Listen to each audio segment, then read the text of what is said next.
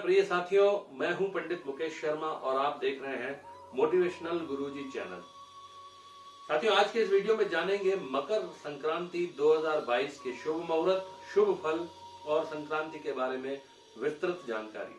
साथियों, अगर आप चैनल पर नए हैं और अभी तक चैनल को आपने सब्सक्राइब नहीं किया है तो चैनल को सब्सक्राइब कर लीजिए ताकि समय समय पर महत्वपूर्ण जानकारियां आप लोगों को प्राप्त होती रहे। आइए विस्तार से जानते हैं मकर संक्रांति क्यों मनाई जाती है और इसका क्या महत्व है। सूर्य देवता का एक राशि से दूसरी राशि में गोचर करने को संक्रांति कहते हैं। एक संक्रांति से दूसरी संक्रांति के बीच का समय एक सौर मास होता है। साल में कुल 12 संक्रांतियां होती है, जिसमें से मेष, कर्क, तुला और मकर महत्वपूर्ण है और इन सभी में से भी मकर संक्रांति सबसे महत्वपूर्ण है। पौष माह में सूर्य के मकर राशि में प्रवेश करने के उपलक्ष्य में मनाया जाने वाला प्रमुख हिंदू त्योहार है मकर संक्रांति। सभी संक्रांति में अति महत्वपूर्ण माना गया है। इस संक्रांति के साथ ही पिछले एक माह से शुभ मांगलिक कार्य जो बंद थे वो आरंभ हो जाते हैं, यानी खर मास की समाप्ति होती है और शुभ कार्य आरंभ हो जाते हैं।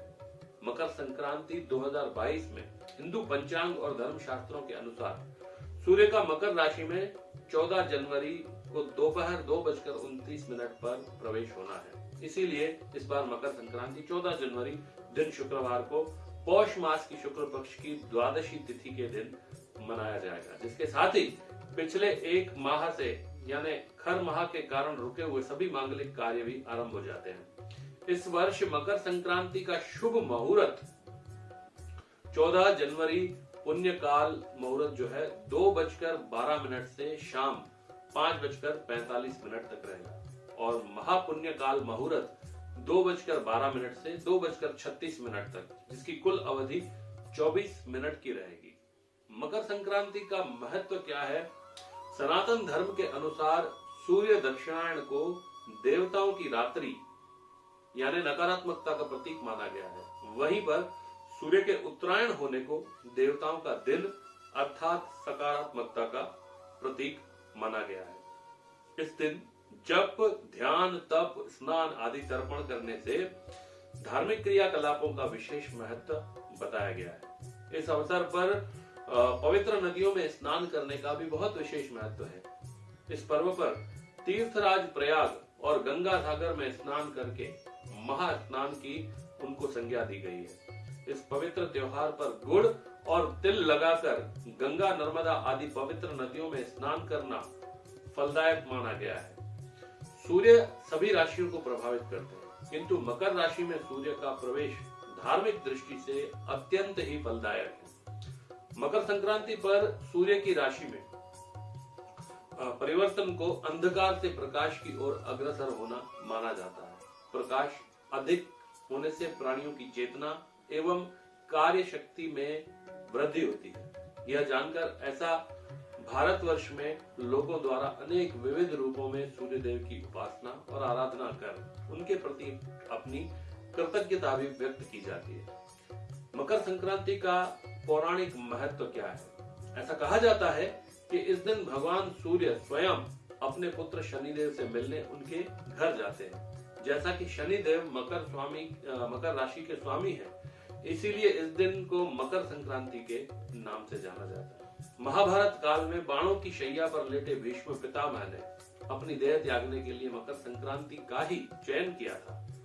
इस दिन ही गंगा जी भागीरथ के पीछे चलकर कपिल मुनि के आश्रम में होती हुई सागर से जा मिली थी, जिसे हम गंगा सागर के नाम से भी जानते हैं। सूर्योदय से पूर्व स्नान करना शास्त्र के अनुसार मकर संक्रांति के दिन सूर्योदय से पूर्व स्नान करने से 10,000 गौदान करने का पुण्य फल प्राप्त होता है। वैसे तो प्राणी किसी भी तीर्थ और नदी, समुद्र में स्नान करके दान पुण्य करके कष्टों से मुक्ति पा सकता है, लेकिन प्रयागराज संगम में स्नान करने के फल को मोक्षदायक कहा गया है। मकर संक्रांति के दिन गंगा जी शिव जी के जटाओं से निकलकर भागीरथ के पीछे पीछे चलकर कपिल मुनि के आश्रम से होती हुई जाकर सागर में मिली थी। इसलिए इस दिन को गंगा सागर कहा गया है और गंगा स्नान का भी बहुत महत्व है। लेकिन कोरोना काल के चलते नदियों में स्नान करना संभव नहीं है, तो घर पर ही नहाने के पानी में गंगा जल की कुछ बूंदें डालकर आपको स्नान करना चाहिए। सूर्य देव को अर्घ्य स्नान के पश्चात तांबे के लोटे में शुद्ध जल भरकर उसमें लाल पुष्प, लाल चंदन, तिल आदि डालकर ओम घृणी सूर्याय नमः इस मंत्र का जप करते हुए सूर्य को अर्घ्य दें। अर्घ्य देते समय आपकी दृष्टि गिरते हुए जल से प्रतिबिंबित होकर सूर्य की किरणों पर होनी चाहिए। भविष्य पुराण के अनुसार सूर्य नारायण का पूजन करने वाला व्यक्ति प्रज्ञा, मेघा तथा सभी समृद्धियों से भरा हुआ होता है और चिरंजीवी होता है। यदि कोई व्यक्ति सूर्य की मानसिक आराधना भी करता है तो वह समस्त व्याधियों से रहित होकर सुखपूर्वक जीवन व्यतीत करता है। व्यक्ति को अपना कल्याण करने के लिए मकर संक्रांति के दिन सूर्य देव की पूजा अवश्य करनी चाहिए। पुण्य लाभ अर्जित करने के लिए दान करना चाहिए। पद्म पुराण के अनुसार उत्तरायण या दक्षिणायन आरंभ होने के दिन जो पुण्य कर्म किया जाता है वह अक्षत होता है। इस समय किया हुआ दान, तर्पण, देव पूजन सभी अक्षत फल प्राप्त करता है। इस दिन ऊनी कपड़े, कंबल, तिल और गुड़ से बने व्यंजन व खिचड़ी दान करने से भी सूर्य नारायण एवं शनि की कृपा प्राप्त होती है। इस दिन 14 चीजों का दान करने से भी धार्मिक महत्व है। यदि संभव न हो सके तो किसी मंदिर में गरीब लोगों को कुछ दान पुण्य अवश्य करें।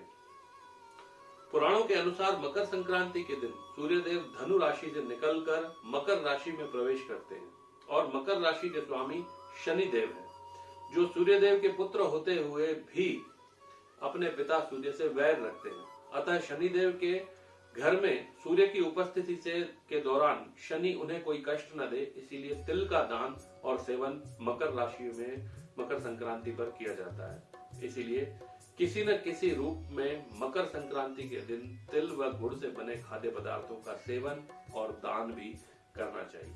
साथियों, आज के इस वीडियो में इतना ही। अगले वीडियो में और नई जानकारियों के साथ मैं आपके सामने प्रस्तुत रहूंगा। ओम नमः शिवाय। हर हर महादेव।